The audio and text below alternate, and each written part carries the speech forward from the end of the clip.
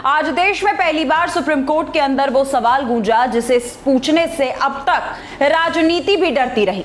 आखिर कब तक आरक्षण कुछ चुनिंदा परिवारों की पीढ़ियों तक ही चलता रहेगा? सुप्रीम कोर्ट की जस्टिस बीवी नागरत्ना ने सीधा सवाल उठाया कि अगर आईएएस अधिकारियों के बच्चे भी ओबीसी आरक्षण लेंगे तो फिर असली गरीब और जरूरतमंद युवाओं का क्या होगा? सोचिए, एक तरफ गांव का गरीब छात्र संघर्ष कर रहा है और दूसरी तरफ बड़े अफसरों के बच्चे भी उसी आरक्षण का फायदा ले रहे हैं। क्या यही सामाजिक न्याय है? क्या आरक्षण अब जरूरत नहीं बल्कि विरासत बनता जा रहा है? देश में अब क्रीमी लेयर पर सबसे बड़ी बहस शुरू हो चुकी है। नमस्कार, आप देख रहे हैं क्लियर कट और मैं हूं आपके साथ गरिमा, हाजिर हूं एक बार फिर आपके बीच एक नए वीडियो को लेकर के।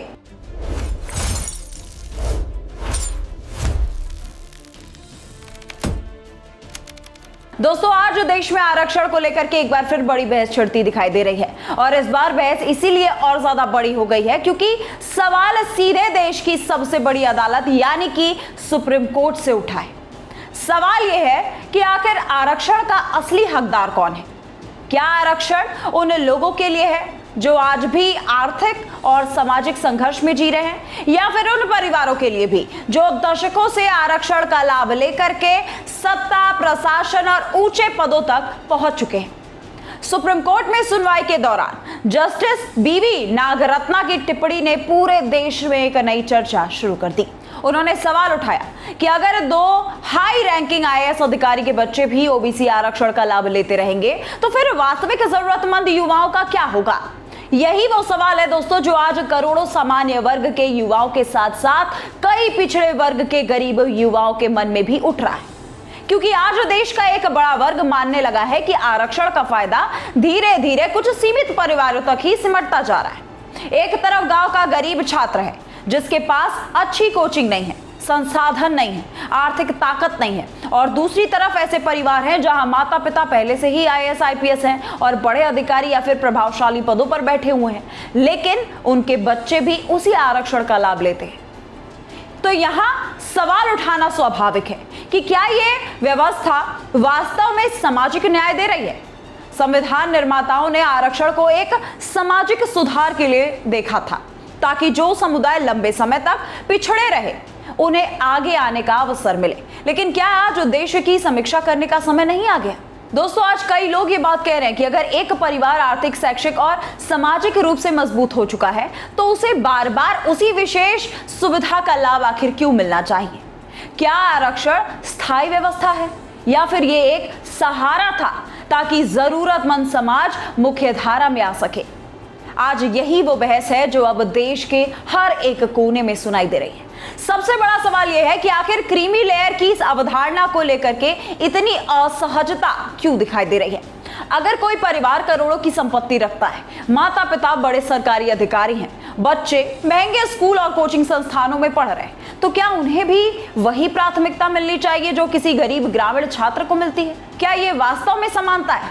आपको क्या लगता है? आज देश में दोस्तों ऐसे लाखों ओबीसी और एससी एसटी के परिवार वाले हैं जो अभी भी बेहद कठिन परिस्थितियों में जीवन जी रहे हैं। उनके पास ना संसाधन है, ना पहुंच है और ना कोई मजबूत नेटवर्क। लेकिन अक्सर ये देखा जाता है कि अवसर उन्हीं परिवारों तक बार बार पहुंच जाते हैं जो पहले से ही मजबूत हो चुके हैं, और यही कारण है कि अब आरक्षण के भीतर असमानता की बहस ज्यादा तेज हो चुकी है।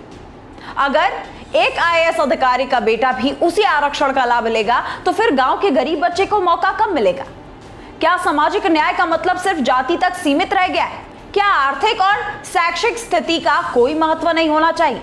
ये वो सवाल हैं जिन्हें लंबे समय तक दबाने की कोशिश की गई, लेकिन अब देश का युवा खुल करके चर्चा कर रहा है। और ध्यान दीजिए, ये बहस आरक्षण खत्म करने की नहीं है, ये बहस है आरक्षण को अधिक न्यायपूर्ण बनाने की, क्योंकि अगर लाभ सिर्फ और सिर्फ कुछ परिवारों तक सीमित रह जाएगा तो समाज के अंदर ही असंतोष पैदा हो जाएगा। आज कई युवा ये महसूस करते हैं कि प्रतियोगिता समान नहीं रह गई। एक तरह ऐसे छात्र हैं जो बेहद कठिन हालात में पढ़ाई कर रहे हैं, दूसरी तरफ ऐसे छात्र भी हैं जिन्हें हर सुविधा उपलब्ध है फिर भी वे विशेष आरक्षण का लाभ ले लेते हैं। तो सवाल उठाना यहाँ पर स्वाभाविक है। देश में अब ये मांग तेज हो रही है कि क्रीमी लेयर की सीमा को और सख्ती से लागू किया जाए और सिर्फ आय ही नहीं बल्कि माता पिता के पद, सामाजिक स्थिति और शैक्षिक अवसरों को भी ध्यान में रखा जाए, क्योंकि सामाजिक न्याय का असली उद्देश्य यही था कि जो सबसे पीछे है उन्हें आगे लाया जा सके ताकि समाज एक समानता से चल सके। लेकिन अगर सबसे आगे निकल चुके लोग ही उसी विशेष व्यवस्था का लाभ उठाते रहेंगे तो पिछड़े खड़े लोग यानी कि पीछे खड़े लोग तक ये जो अवसर है वो कभी नहीं पहुंच पाएगा। आज देश का युवा मेहनत करना चाहता है, वो अवसर चाहता है, निष्पक्ष प्रतिस्पर्धा चाहता है, लेकिन जब उसे ये लगने लगता है कि व्यवस्था में असंतुलन है तो उसके मन में निराशा पैदा होने लगती है और यही निराशा धीरे धीरे सामाजिक तनाव में बदल सकती है। इसीलिए दोस्तों अब समय आ गया है कि देश में आरक्षण पर भावनात्मक नहीं बल्कि ईमानदार और संवैधानिक चर्चा हो। क्या आरक्षण का लाभ पीढ़ी दर पीढ़ी चलना चाहिए?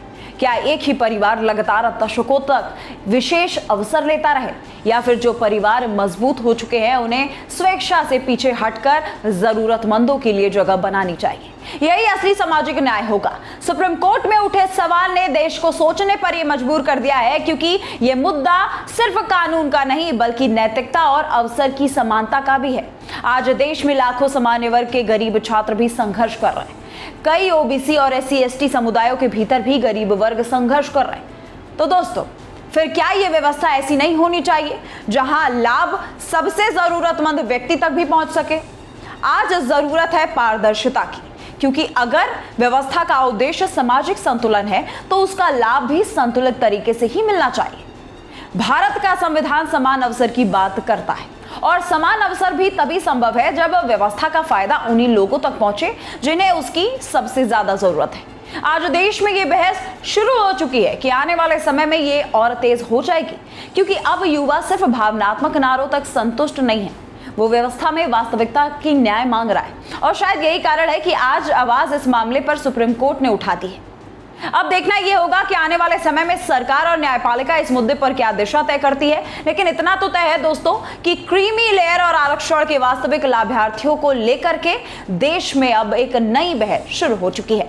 आप इस पूरे मामले को आखिर कैसे देखते हैं और इस विषय में आपकी क्या राय है, कमेंट सेक्शन में लिखना मत भूलिएगा। वीडियो पसंद आए तो लाइक कमेंट शेयर जरूर करिए। आप देख रहे थे बतकही चौक, मैं हूं आपके साथ गरिमा त्रिपाठी। मुझे दीजिए इजाजत, नमस्कार।